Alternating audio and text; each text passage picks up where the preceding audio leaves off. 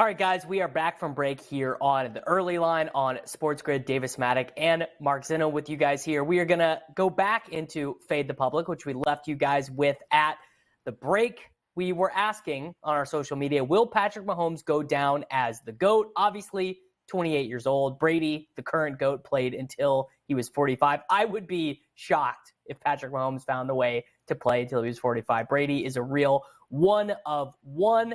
The accomplishments that people are lauding today, a 3-time Super Bowl champion, 3-time Super Bowl MVP, tying him in each of those aspects with Joe Montana. He's won MVP twice, Pro Bowl 6 times, 74 and 22 in the regular season, 15 and 3 in the playoffs. I think the most astounding stat as it pertains to Mahomes' career thus far is that he is the only quarterback in NFL history who has a winning record when trailing by 7 or more points at halftime in the playoffs. And now, obviously, I think you could say Brady would have gotten there if his teams just weren't trailing in the playoffs because they just won every single game.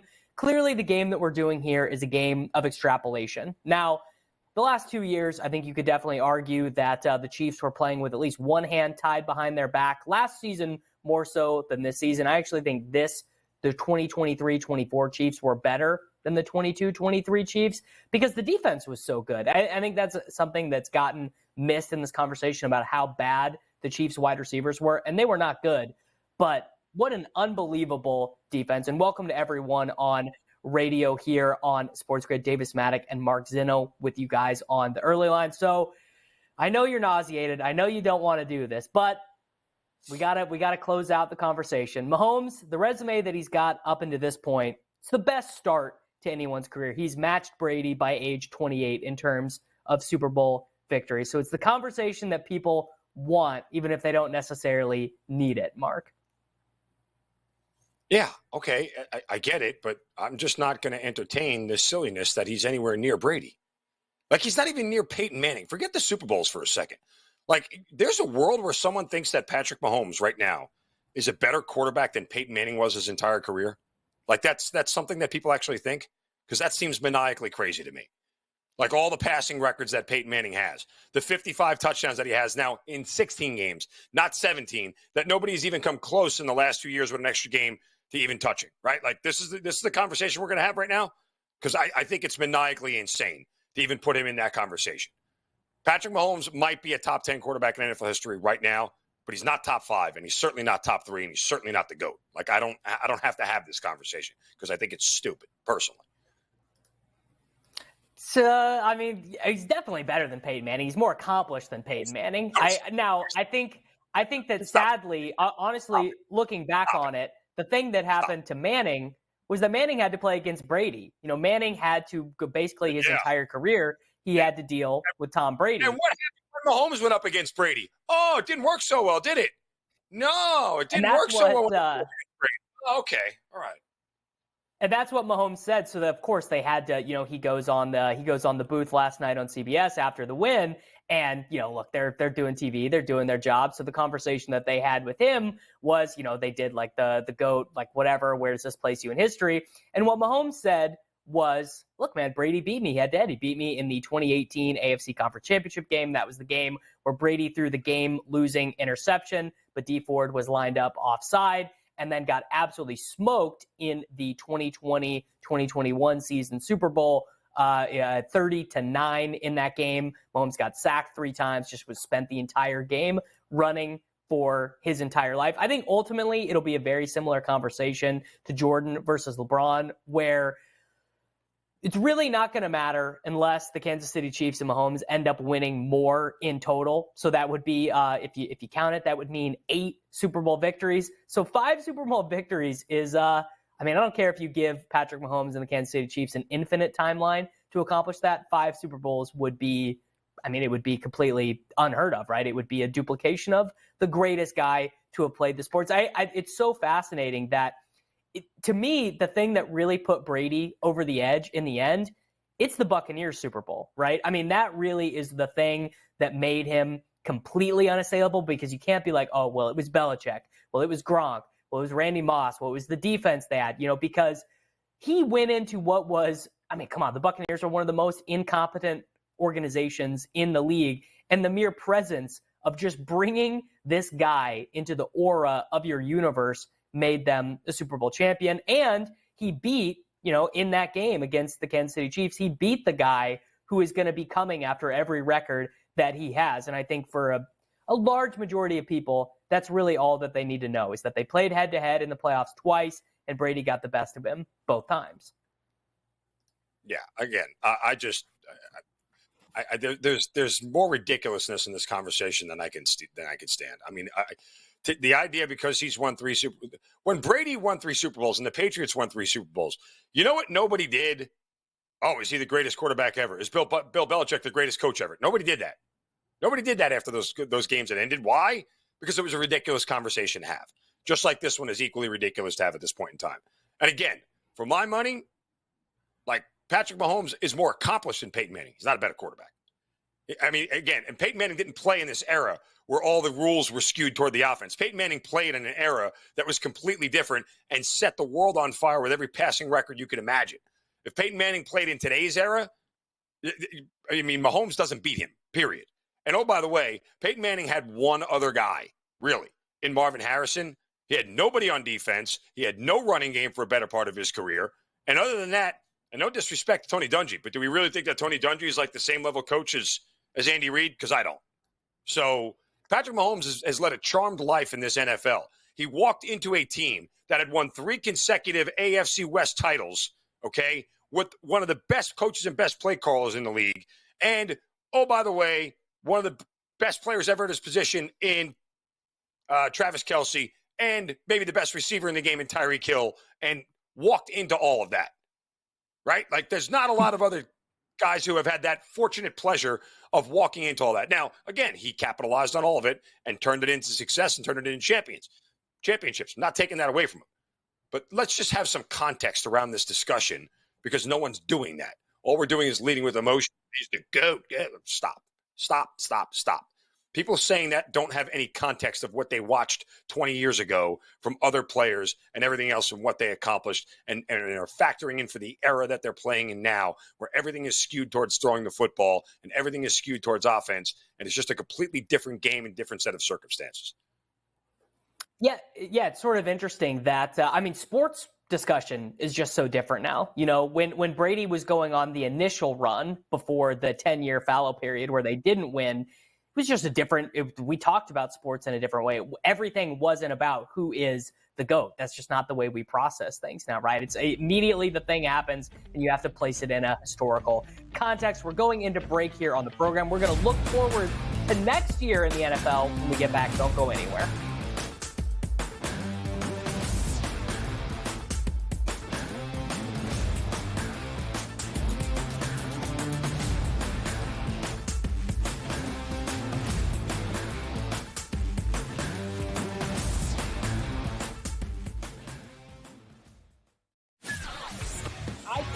Thought that Mike would maybe go in a different direction, or at least listen to some people with some different ideas. If you were going to retain Mike Tomlin as coach, and I believe with both feet that you shouldn't let him really anywhere near this hire. That he had proved over the years that this was not an area of comfort or expertise for him. Pharrell Coast to Coast, only on SportsGrid. The Chargers have the 5th pick in the National Football League draft. There's a lot of different roads that they could take with this pick. And for the record as well, there's a few sports books out there already that already have next year's Super Bowl numbers up. The Chargers are like 30-1. So there's a lot of work to do. Sports Rage Late Night, only on SportsGrid. My goodness, if the Bucs come out strong and certainly make a point to say, look, even though we have been playing our best basketball, we're here to beat you down. And that's a big-time win for the Milwaukee Bucks. The Early Line, only on SportsGrid. I'll say 12 or more years of suffering. The last, take a look. Go look at it yourself. After Bear Bryant, all they did was lose. Pharrell Coast to Coast, only on SportsGrid.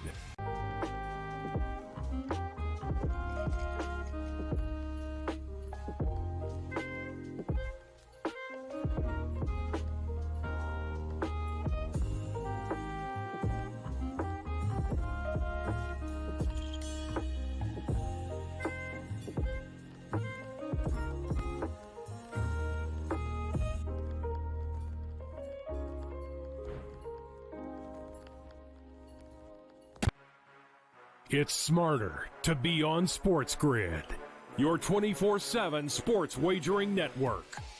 We'll look at the Heisman Trophy The early race line. and what it all means. Individual success. You should have tried to get something for Anthony Rendon. Not bought at the deadline. Newswire. We're getting a lot of news, trades, cuts, and some movement in terms of starting quarterbacks, Pharrell backup quarterbacks. coast to coast. I want to watch great players make buckets and win games. Game time decisions. idea what the heck the Blazers are doing and what they In-game live. Prime time. Yard for a grand slam. The bottom of the fourth inning in a 12-2 baseball game. We got football scores going on at Wrigley right now. Sports Rage That was Late good betting. Night. We waited for 1.5. We got paid. We did. Did like the 2.5. Jumped on. There's no taking weeks off in golf betting ever. These are the best weeks to bet. It's smarter to be on SportsGrid.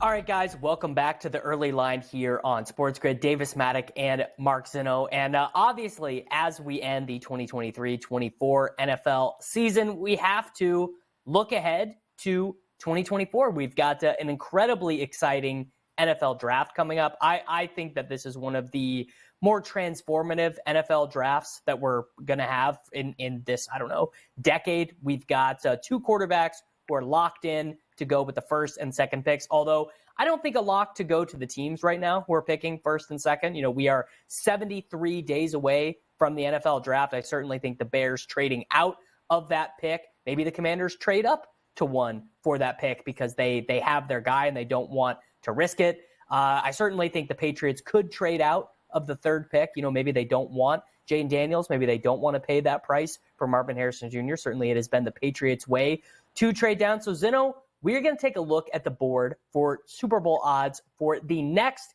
NFL season. The 49ers are, of course, everyone loves the 49ers. They are favored at plus 450 to win the Super Bowl. Most intriguing price for me on the board right now, it's got to be the Bengals sitting there at 15-1 coming off what was just basically a lost season for them. What do you make of the odds board right now? Well, I'm a glutton for punishment, so I'm still going to take the Bills at 12-1. And eventually believe that Josh Allen is going to get over the hump because I believe he's good enough to get over the hump.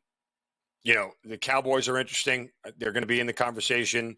The Eagles are interesting. They're going to be in the conversation. But, I keep going back to the Ravens and Bills as the teams that I really think that could be the ones that are good enough to knock off the Kansas City Chiefs. I mean, look, there's two philosophies here, right? Don't take an AFC team that's not the Chiefs because it doesn't look like anybody's going to beat them because you're just wasting your money, right? As we've seen. I bet against the Chiefs with the Bills and lost. I bet against the Chiefs with the Ravens and lost. So, the logic is take an NFC team because at least they only have to face the Chiefs once and hopefully it's a coin flip kind of game where they can pull it out and win it. The other logic is that find the team you think in the AFC can beat the Chiefs because they're going to have longer odds and you're going to get better value, right? Like that's – the odds makers are not going to make somebody a favorite over the Chiefs unless the Chiefs start out and start really bad, and end up having to move the lines a little bit. So I would take the philosophy that I think the Ravens and Bills are the two teams that could beat the Chiefs, and those are the ones I would play. I definitely agree with the Ravens. I mean, the Ravens very easily could have won the AFC Conference Championship if Todd Monken, didn't just completely lose his mind. I still don't really understand. Now, there's actually some good reporting about this. A couple guys over at The Athletic talked to some coaches, and there's a little bit of you definitely used to see this happen against the Patriots in the playoffs back in the day, which would just be teams would just lose their minds playing against them because the pressure is so great. I will never understand it, why being in that spot just makes you want to play worse. It seems very bizarre to me, but it's definitely something that happened. I think it is pretty inarguable. I'm interested if we see any Dolphins steam heading into next year. They're going to make some acquisitions to improve their offensive line. I am not a Dolphins believer, but there is no doubting that for a period, they did have the best offense in the NFL. What do you think about the Dolphins? I wouldn't take a team to win the Super Bowl that isn't the team in they're the best team in their own division. That's just flawed logic. Like, you're going to have to go on the road in the playoffs and win games. So I would only pick a team that I think is the very best in their division because they're at least guaranteed a home playoff game that gives me a chance, again, in a one-on-one matchup, i.e. in the NFC Championship or AFC Championship game, that you have to go on the road and win a football game. Like, I don't believe the Dolphins are the best team in the AFC East. I still think that's the Buffalo Bills. I think the Bills proved that this year. So I'm not going to bet the Dolphins to do anything other than make the playoffs because that's what I think their limit is. Yeah, I think that is pretty fair. The Bengals would be the team for me because they're the one team that still exists as a core that has proven that they can beat the Chiefs. The Bills haven't done it in the playoffs. The Ravens haven't done it in the playoffs. The Dolphins haven't done it in the playoffs. But the Bengals went into Arrowhead and won that game. Not a big Zach Taylor fan, but I am. Joe Burrow is like, but Joe Burrow it's gotten better, but I think he holds them back. I think he really genuinely does not make that team better. Yeah. All right. My biggest hot take in the NFC this upcoming season, it's the Green Bay Packers. I think that what the Green Bay Packers did this season went a little bit overlooked. Now, obviously, they end up losing in the playoffs, but they were the youngest team in the NFL. They had no wide receiver who was older than 24 years old. The veteran of their wide receiver room was second-year player Christian Watson, who spent half the year out with a hamstring. And this was the year for the Packers to have to pay the piper. They still owed money on Rodgers' deal after trading him. They still owed money on Adams' deal after trading him. They moved. Basically, they did it in such a way that they knew this was going to be the painful year against the cap. They were going to do as much as they could to clear dead money this year and then start to kind of rebuild things next season. They've got some older guys who are going to be moving on the offensive line. They're going to have a ton of cap space. And they're in this really unique situation where, they have a bunch of great pass catchers who are all getting paid like nothing.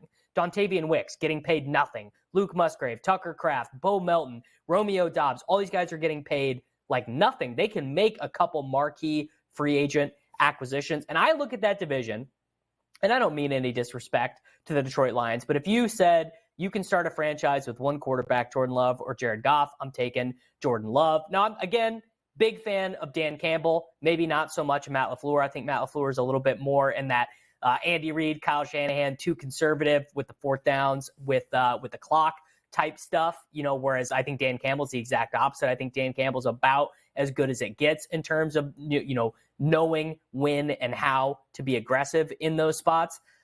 But I think that when Jared Goff's your quarterback, you've got a real ceiling, kind of similar to how I think the 49ers have a ceiling, with Purdy, where everything's got to be laid out in such a way. What do you make of the Packers at 25-1 to win the Super Bowl next season? I mean, yes, I think that there's a world where they are the best team in their division.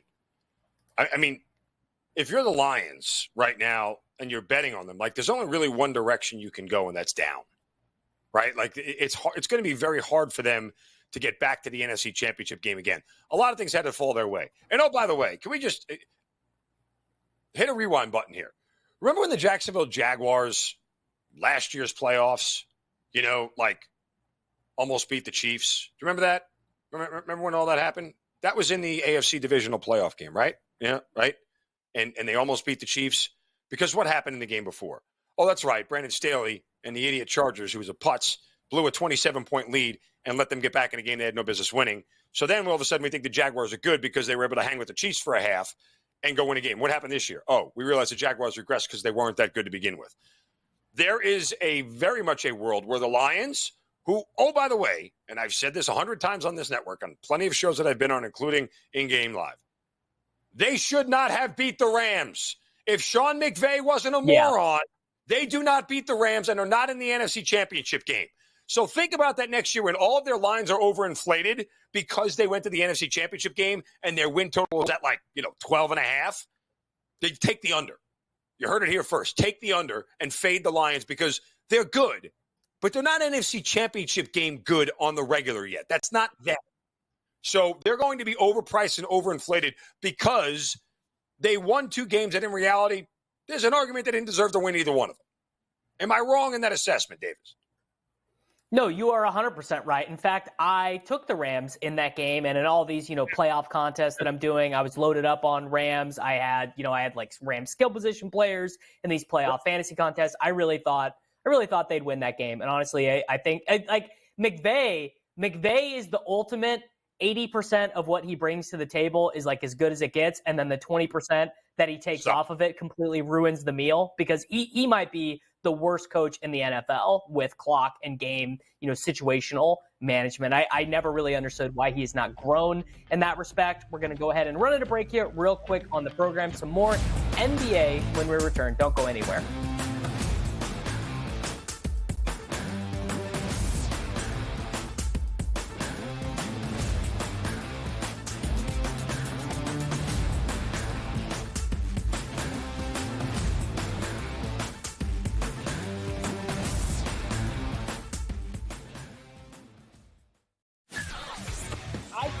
Thought that Mike would maybe go in a different direction, or at least listen to some people with some different ideas. If you were going to retain Mike Tomlin as coach, and I believe with both feet that you shouldn't let him really anywhere near this hire.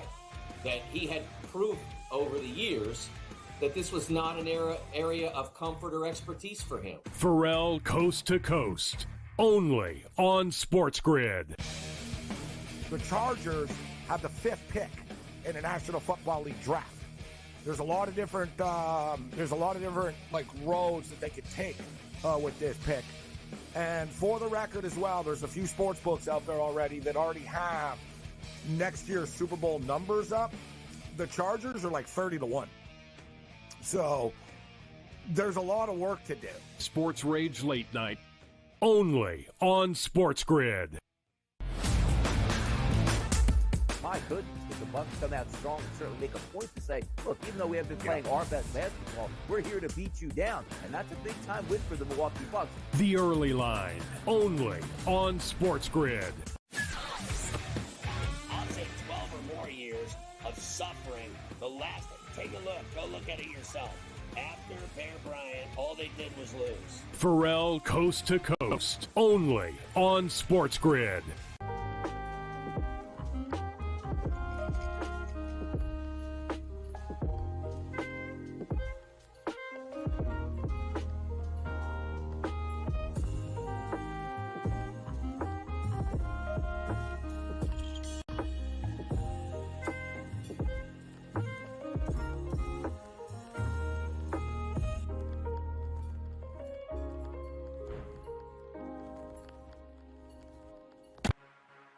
It's smarter to be on SportsGrid, your 24/7 sports wagering network.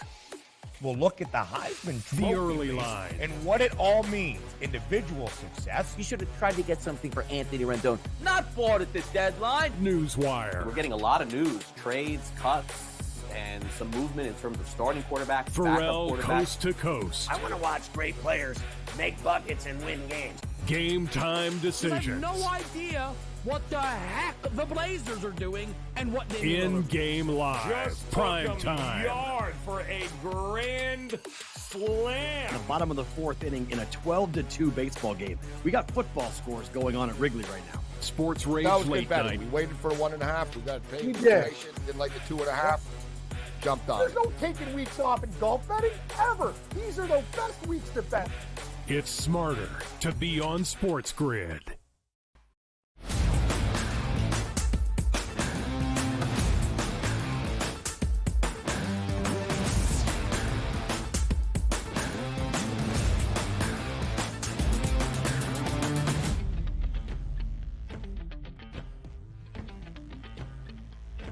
All right, guys, welcome back to the Early Line here on SportsGrid. Davis Maddock and Mark Zinno with you here. We are joined by Tom Vecchio for his prop perspective. We're going to do a little bit of Chiefs 49ers reaction. Then we're going to look to the hardwood for some potential prop betting profitable spots. So, Tom, let's just begin here. Chiefs 49ers overtime win for the Kansas City Chiefs.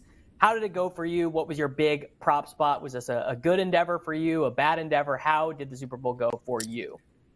Well, thanks for having me. It was a little bit mixed. I was on a CMC at 12-1 to win MVP since before the playoffs started, so I didn't bet any sides coming into this game. I had some Mahomes rushing props. I also had Purdy rushing props.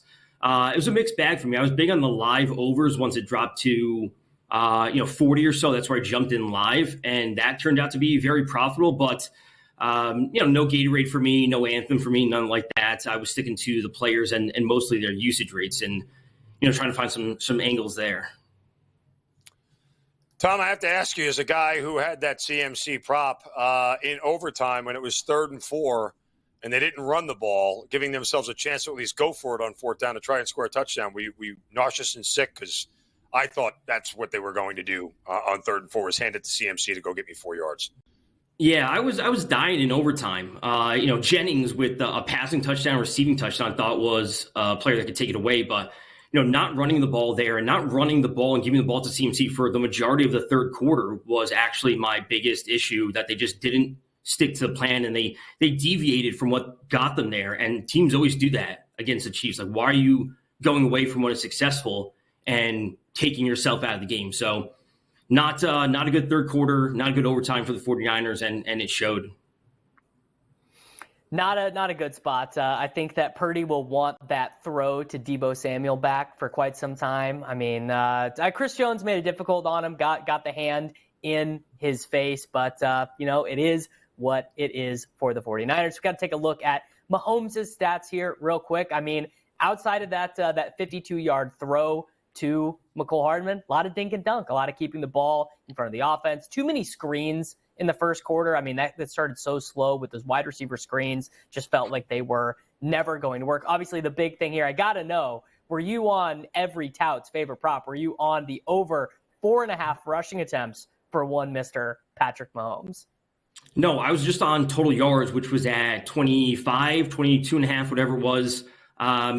Seeing the rushing attempts, I'm not surprised that it was very, very popular. I like the yards just because he's been scrambling so much, he's been known to do, getting those free yards. So I will always take the yards with Mahomes, and combined yards as a spot in retrospect I should have been on for passing plus rushing. But just give me the yards straight up overall for Mahomes. The one other prop that I was on, and a lot of other people were on, were Kyle Juszczyk of the Niners for his over a half reception and a very minuscule 3.5 yards, which he got the second play into the game, and everybody celebrated like me. Was that something that you eyed up? What'd you think of that play overall? I love the play call. I wasn't on any Juszczyk props. I was on MVS as a bit of a secondary play. I think, Kelsey lines and Debo lines and CMC lines, they're all super refined. At a certain point, they get bet up by the public. So I like straying away from the public and going to some of the secondary options. And that's where I got an MVS. I wish I was on Juszczyk, but that just wasn't the case for me. Yeah, which I think is fair. I mean, those are some of the funnest wagers to make for these spots. Is like I know there were a lot of people out there who were just windmilling that first Juszczyk reception, the fullback screen, a classic page there out of the Shanahan playbook.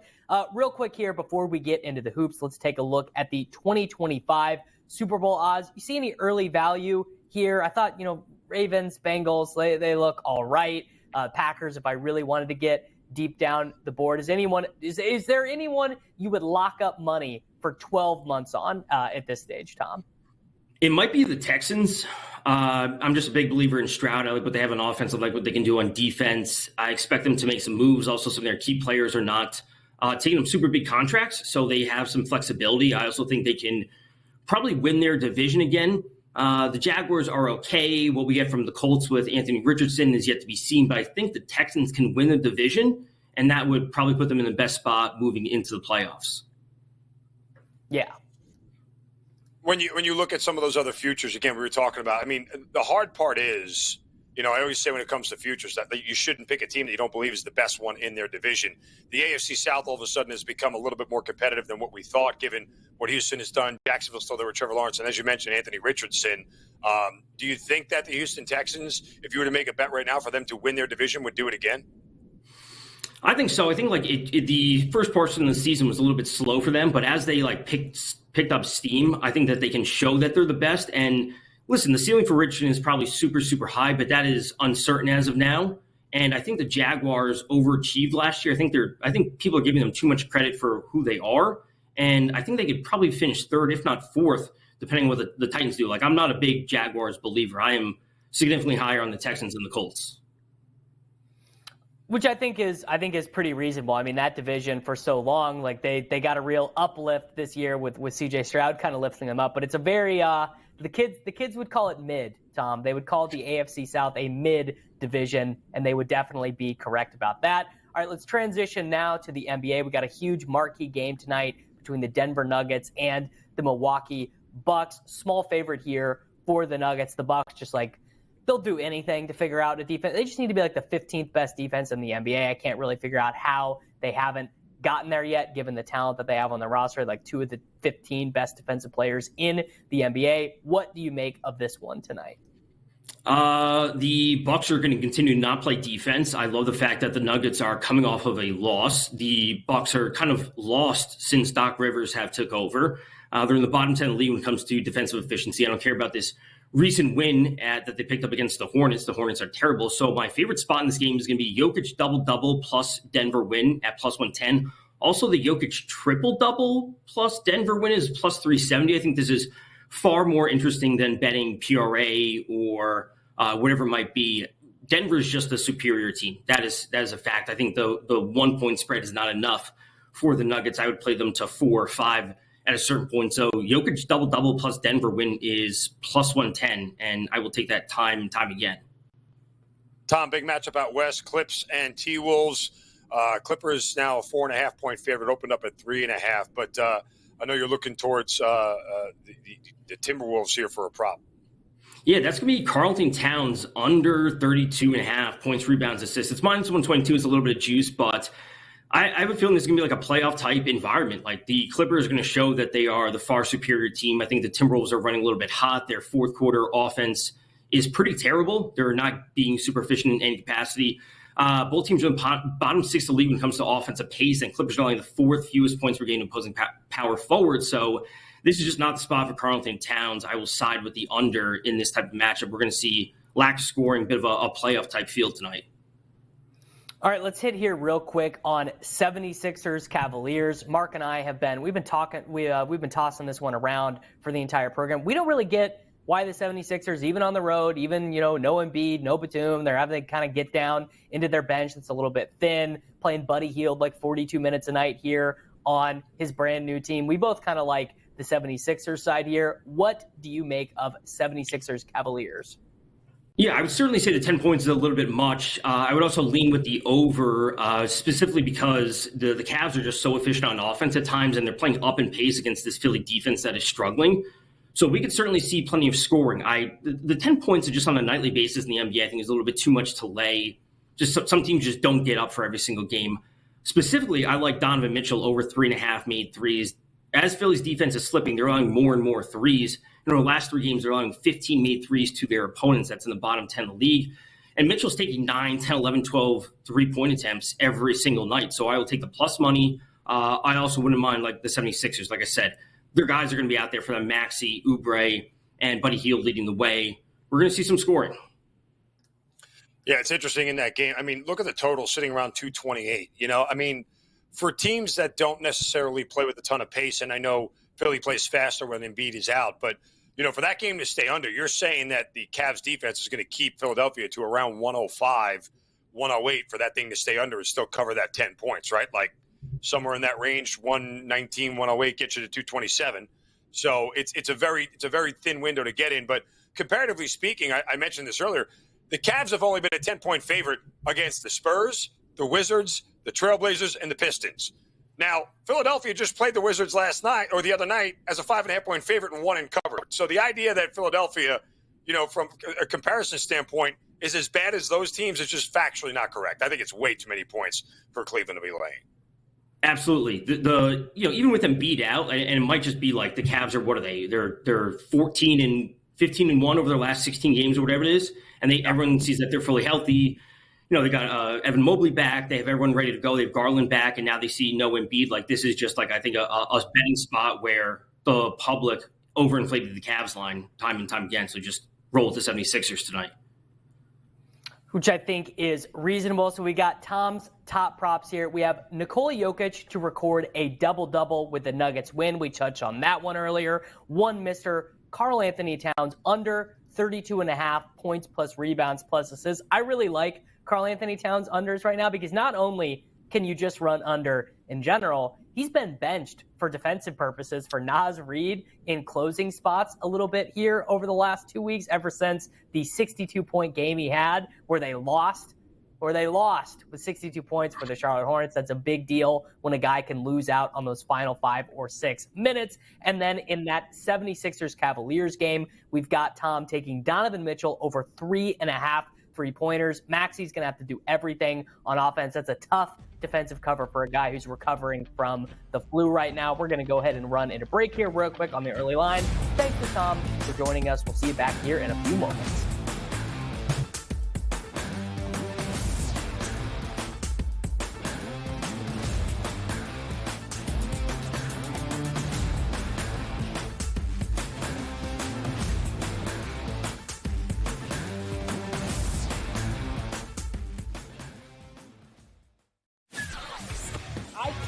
Thought that Mike would maybe go in a different direction, or at least listen to some people with some different ideas. If you were going to retain Mike Tomlin as coach, and I believe with both feet that you shouldn't let him really anywhere near this hire.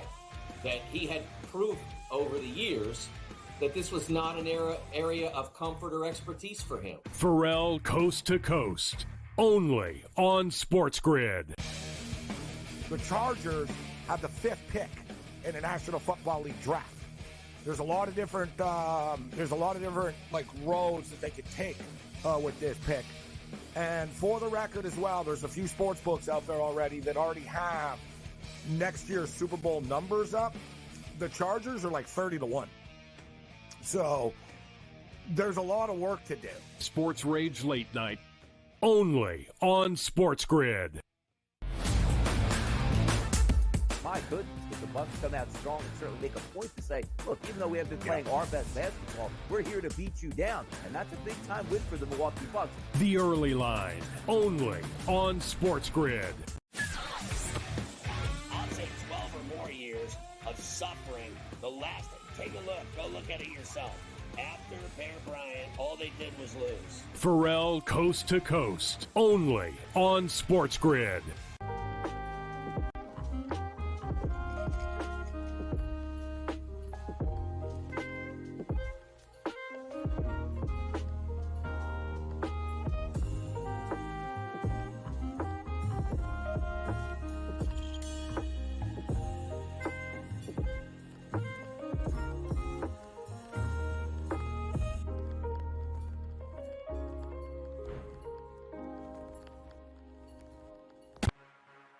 It's smarter to be on SportsGrid, your 24/7 sports wagering network. We'll look at the Heisman Trophy The Early Line, and what it all means. Individual success. You should have tried to get something for Anthony Rendon. Not bought at the deadline. Newswire, We're getting a lot of news, trades, cuts, and some movement in terms of starting quarterbacks, Pharrell backup quarterbacks. Coast to Coast, I want to watch great players make buckets and win games. game time You have decisions, no idea what the heck the Blazers are doing and what they in-game live, Just prime took 'em time. yard for a grand slam. The bottom of the 4th inning in a 12-2 baseball game. We got football scores going on at Wrigley right now. Sports Rage That was Late better. Night. We waited for 1.5. We got a trade We did. situation. Didn't like the 2.5. Jumped on There's it. no taking weeks off in golf betting ever. These are the best weeks to bet. It's smarter to be on SportsGrid.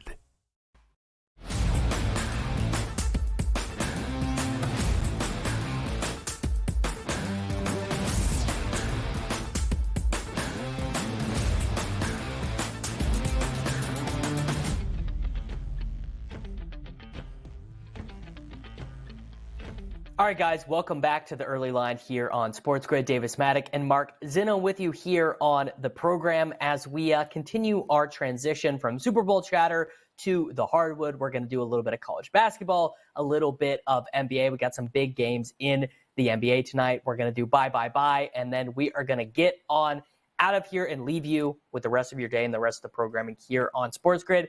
Zino, we've got some big action in college hoops tonight, beginning with Wake Forest and Duke.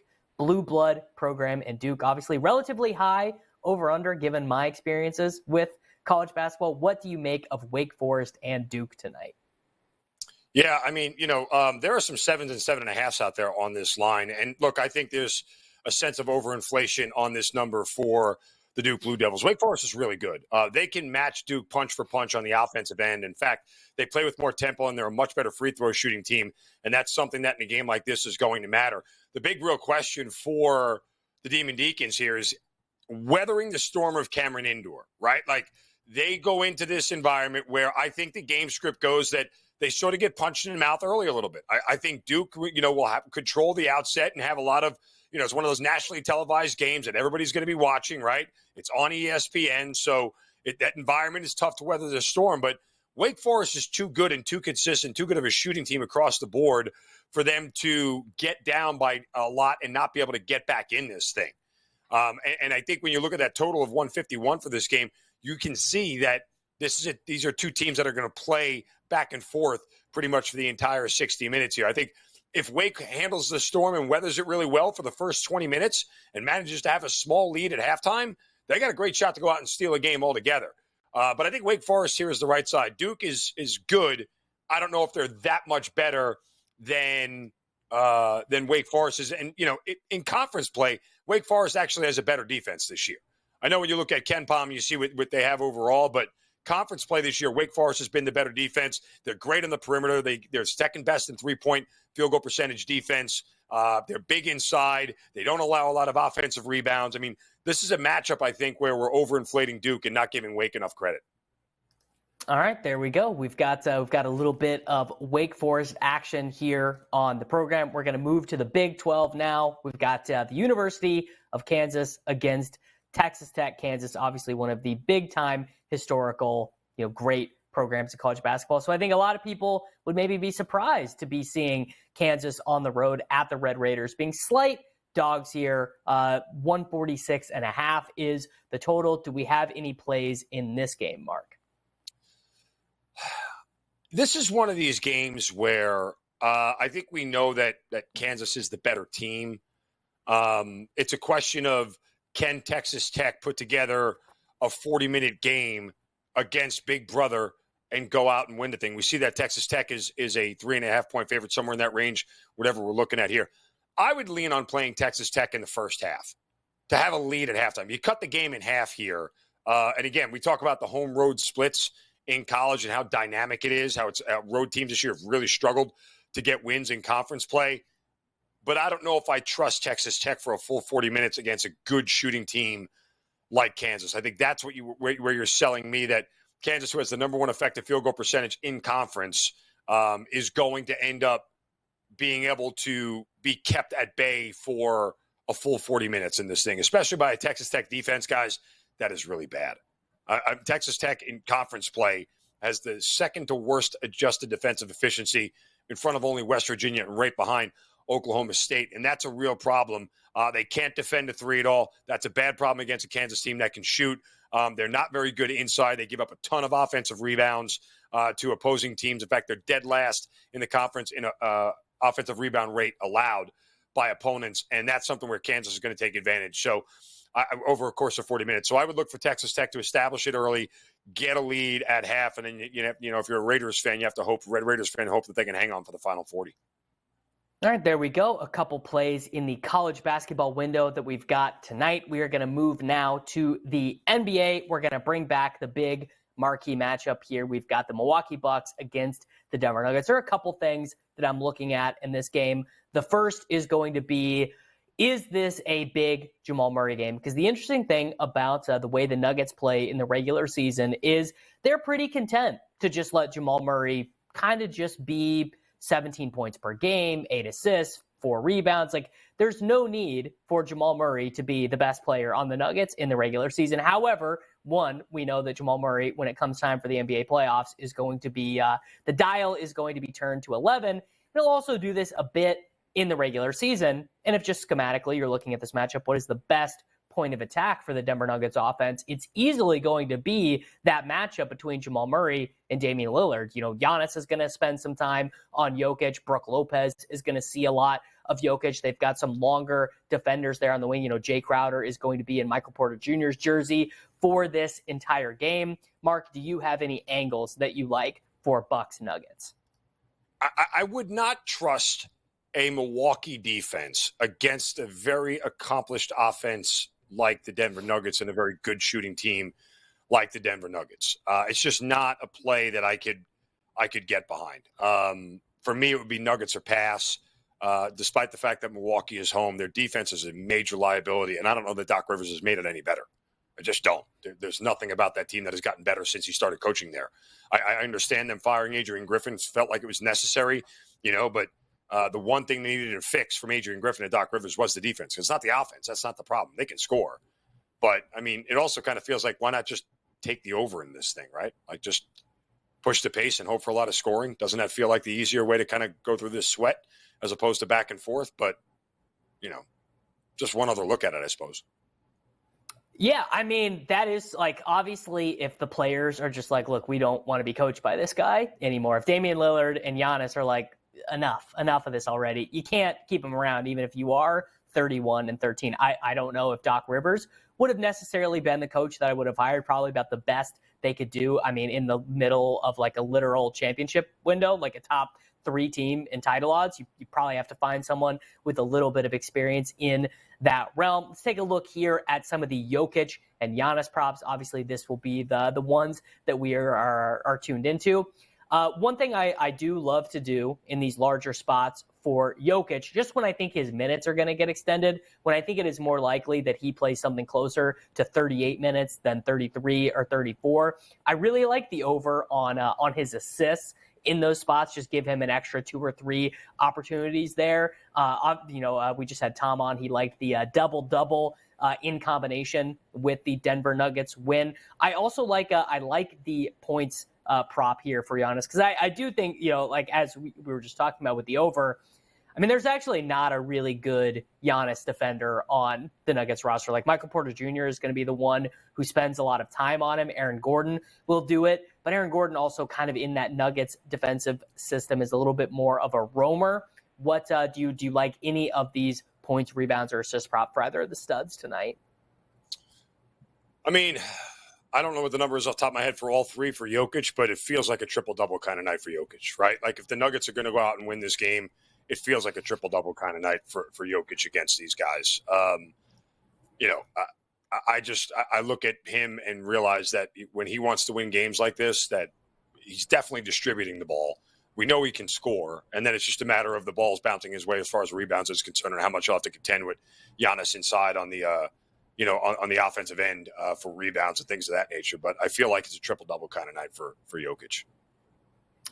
Feels that way to me too. Just kind of, I don't know. It's not real scientific, kind of vibes-based betting, but I'm definitely with you on that one. Moving now to the game between the number 1 and the number 2 seeds right now in the Western Conference. I believe with the tiebreaker, the Clippers would go to the number 1 seed with a victory tonight against the Minnesota Timberwolves. The Clippers right now are pretty much playing the best basketball in the NBA. They are number 1 in the NBA in 3-point percentage. Don't really think that you can overlook that. They don't take a ton of 3-pointers overall, which is sort of interesting. They just get those really strong looks. They're a very, very good offensive team. And really, the biggest difference between the Clippers of years past and the Clippers of this year is that Kawhi is playing pretty much every night, and he's playing at NBA level. And that was just sort of always the thesis of this team. The Timberwolves still have far and away the best defense in the NBA. They are a 1.5 better per 100 possessions than the Cavs, Bucks, Magic, and Rockets. Very interesting. I really wonder what the Timberwolves are going to do on the perimeter with Paul George, with Kawhi Leonard, and with James Harden tonight. I would definitely lean Clippers -4 here. I would maybe lean under on 225.5, but do like Clippers -4. Do you have anything here that you like, Mark? Yeah, I'm with you on the Clips. I wouldn't play against them at home in this spot. I think that they are a team right now that, for my money, again, I think the best team in the NBA, with all due respect to the Celtics record. That's not a team that you want to go up against in Los Angeles when they're healthy and they get Kawhi and Paul George on the floor. They are super talented on both ends of the floor, and you can kind of see it, the way they play. I mean, for Minnesota, they're going to have to be extra special on the defensive end tonight if they want to win this thing. That's really what it boils down to. You have to figure out a way to sort of keep the Clippers into that 110 range if you have a shot to steal a win here, because I don't think that Minnesota wants to get into an offensive shootout with a Clippers team that, over the past couple of games has been averaging in the 120s. Yeah, I think that is pretty strong. All right, this is pretty much the game of the day here on the early line. Zeno and I are both locked into this one. A huge spread between the Philadelphia 76ers and the Cleveland Cavaliers. The Cavaliers are the second best defense in the NBA. They're all right on offense. They're right about middle of the pack in terms of points scored. In fact, they are exactly 16th in offense right now. 76ers are not in a great run right now. They have 2 wins this month against the Washington Wizards and against the Utah Jazz. The last time they won against a real NBA team, you have to go all the way back to January 19th against Orlando was the last time they beat a real team. But, Mark, you and I, we don't care. 10 points, too big of a number here for the Cleveland Cavaliers. I think 7.5 feels more appropriate. The Cavs are on a 9-game winning streak right now. We both like the 76ers plus 10. What is your logic? Yeah, again, I just think there's an overinflation in this line for Cleveland, who's won 9 in a row. And again, the only teams that the Cavaliers have been double-digit favorites against were the Trailblazers, the Pistons, the Spurs, and the Wizards. Those are bottom 4 teams. All 4 of those teams are bottom feeders in the NBA. I get why Cleveland was a 10-point favorite over them. But are we really thinking that? Are we really in a world where we think that the Philadelphia 76ers without Joel Embiid wouldn't still win more games than the Trailblazers, the Spurs, the Wizards? Like, come on. They're still a really accomplished team, and they have a little bit more depth than that. So, and we just saw the Philadelphia 76ers in their last game be a 5.5-point favorite against the Wizards. So, the 4.5-point delta there is a lot bigger or a lot smaller rather than the 10 that we're seeing between these two teams. If you're just doing some comparative spread analysis here, I don't think Philadelphia will win the game, but 10 points is just too much. Yeah, 10 points just feels a bit too rich for this spot. And the 76ers, in that win against the Wizards, I think they showed a little bit of how good they can be. Mm-hmm. Obviously you're not going to get Paul Reed being Joel Embiid, but the Kelly Oubre, Buddy Hield backcourt does make some sense. They should be getting some more guys active. They only had 8 guys active in that most recent game. We're going to go ahead and run a break here real quick on the show. The early line will be back to close out in a few seconds.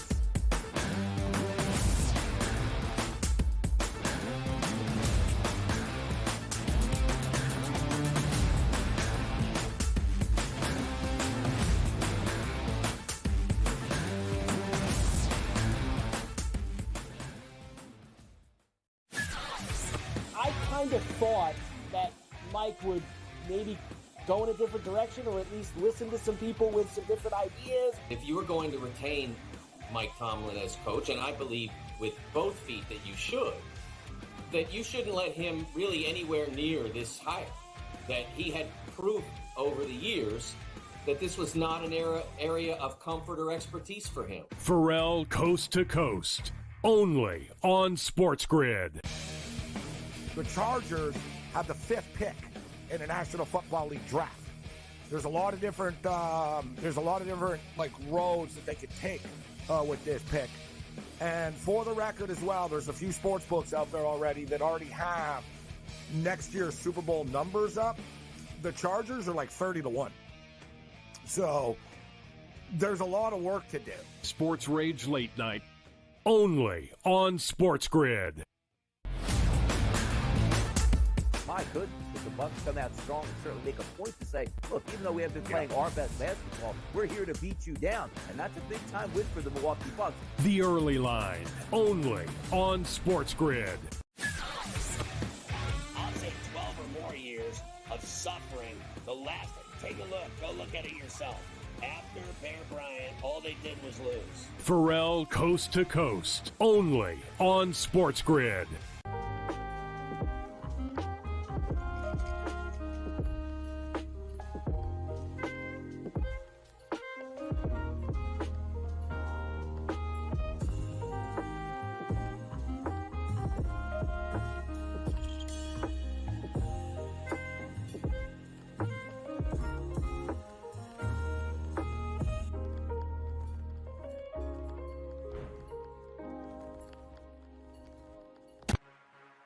It's smarter to be on SportsGrid, your 24/7 sports wagering network. We'll look at the Heisman Trophy The early line. and what it all means. Individual success. You should have tried to get something for Anthony Rendon, not bought at the deadline. Newswire. We're getting a lot of news, trades, cuts, and some movement in terms of starting quarterback, Pharrell, backup quarterback. coast to coast. I want to watch great players make buckets and win games. Game time I decisions. have no idea what the heck the Blazers are doing and what they In-game live. Just Prime took 'em time. yard for a grand slam. The bottom of the fourth inning in a 12-2 baseball game. We got football scores going on at Wrigley right now. Sports Rage That was Late good betting. Night. We waited for 1.5. We got paid We information. Didn't like the 2.5. Jumped on There's it. no taking weeks off in golf betting, ever. These are the best weeks to bet. It's smarter to be on SportsGrid.